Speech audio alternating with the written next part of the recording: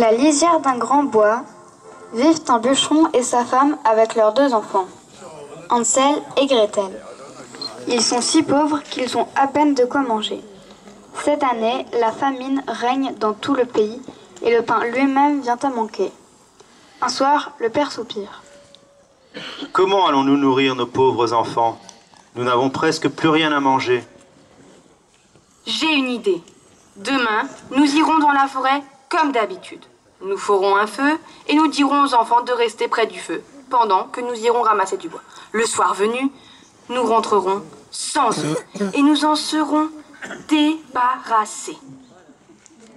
Non, je ne peux pas faire cela. Comment pourrais-je laisser nos enfants tout seuls dans la forêt? Les animaux sauvages viendront les dévorer. Écoute, nous en serons débarrassés. Nous mangerons à notre faim et nous n'aurons plus de soucis à nous faire. Ou bien préfères-tu que nous mourions de faim tous les 4? Alors il ne te restera plus qu'à préparer les planches pour nos cercueils. Elle réussit si bien à le convaincre que, désespéré, il finit par accepter la proposition.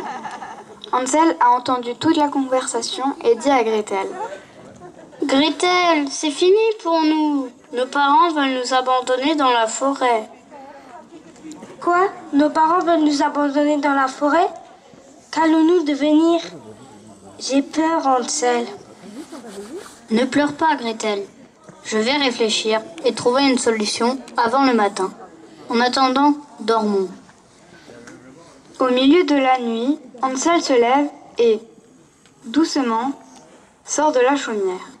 Cette nuit, la lune scintille si fort et Hansel voit les petits cailloux blancs briller au sol. Oh, des petits cailloux blancs! Je vais en ramasser et remplir mes poches.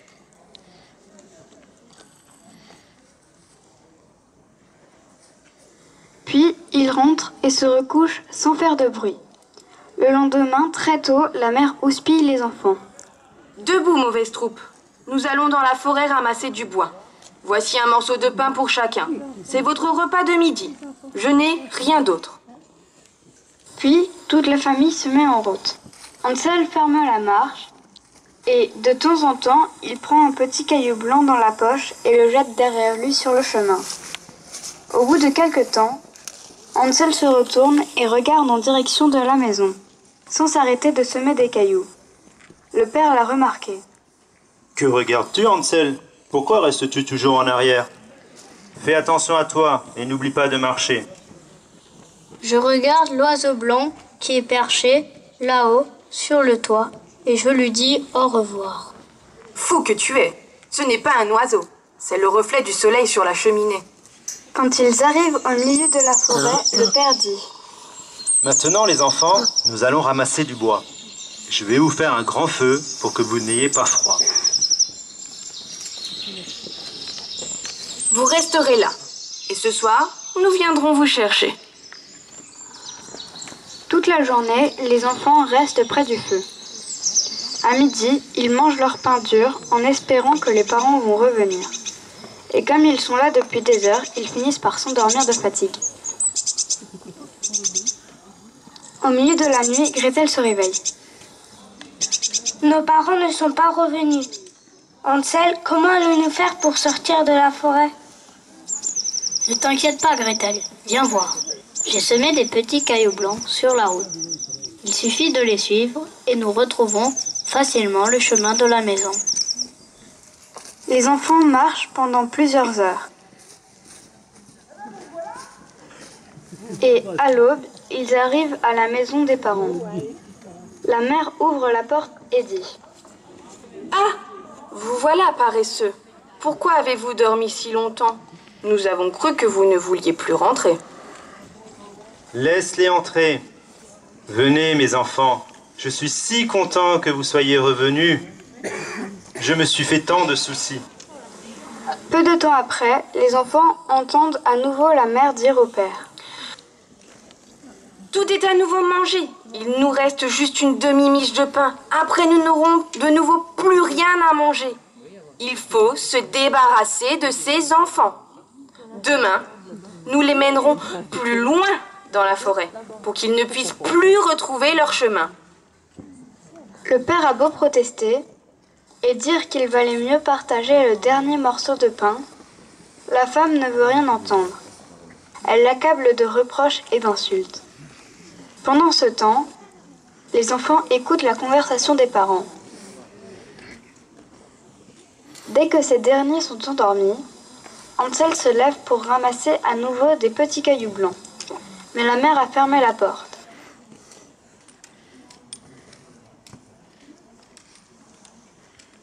Le lendemain, elle vient les sortir du lit et leur donne un morceau de pain pour la journée. Chemin faisant, Hansel jette des miettes de pain sur la route.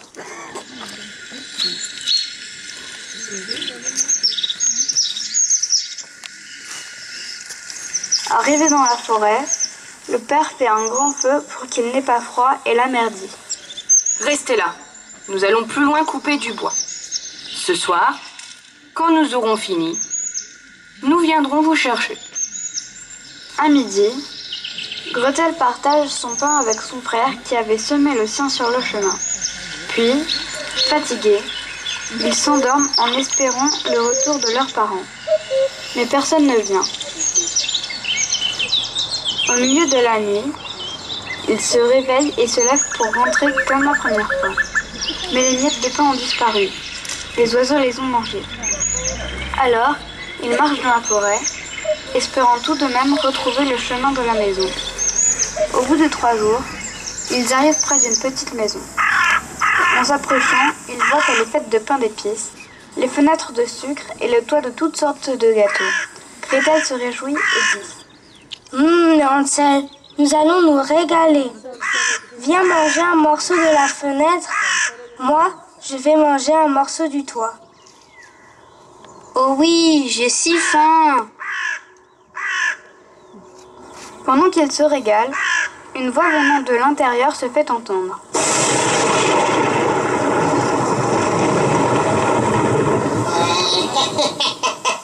Lichette, Léchette, qui mange ma maisonnette? C'est le vent. Ce sont les oiseaux. Et ils continuent à se régaler. Quand tout à coup, la porte s'ouvre et une femme vieille comme les pierres se traîne dehors. Hé, mes chers petits enfants, entrez donc et restez avec moi. Elle prend chacun par le bras et l'entraîne à l'intérieur de la maisonnette. Puis elle leur donne beaucoup de bonnes choses à manger. Du lait avec du miel, des pommes et des friandises de toutes sortes. Cette femme, qui a l'air si gentille, est en réalité la sorcière, qui a construit sa maison en pain d'épices que pour attirer les enfants. Et quand elle a vu Hansel et Gretel s'approcher, elle s'est dit : Ah, ces deux-là ne m'échapperont pas. Ils vont faire un fameux régal.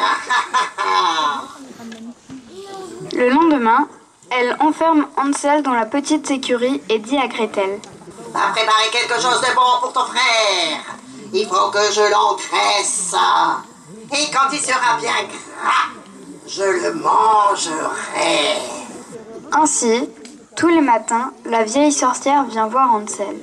Hansel, montre-moi ton petit doigt, que je sente que tu es bientôt gras. Mais Hansel lui tend à chaque fois un petit os qu'il a trouvé. Au bout de 4 semaines, elle trouve qu'il n'est toujours pas engraissé.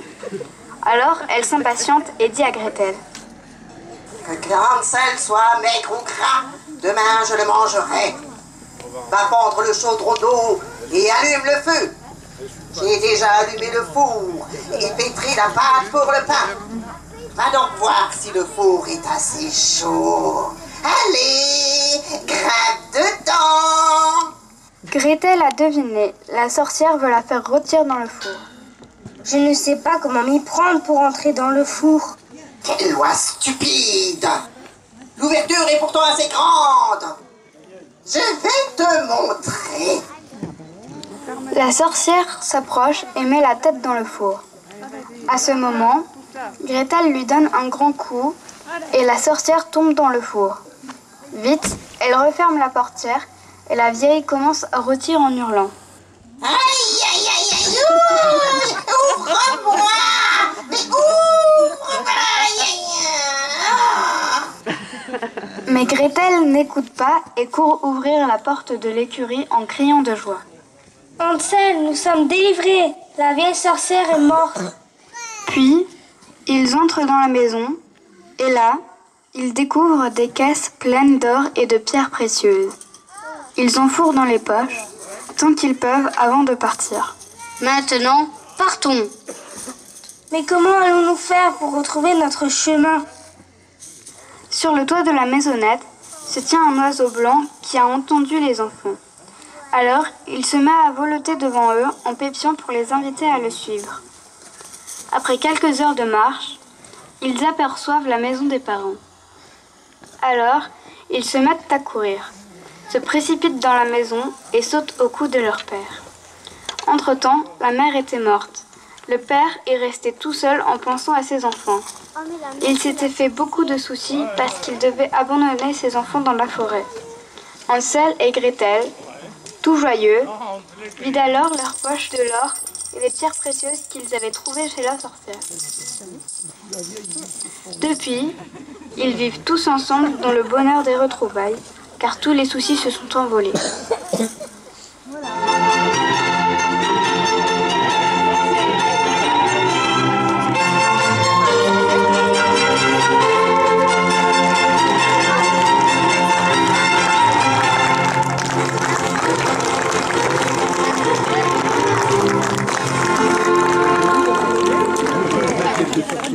Vous en voulez?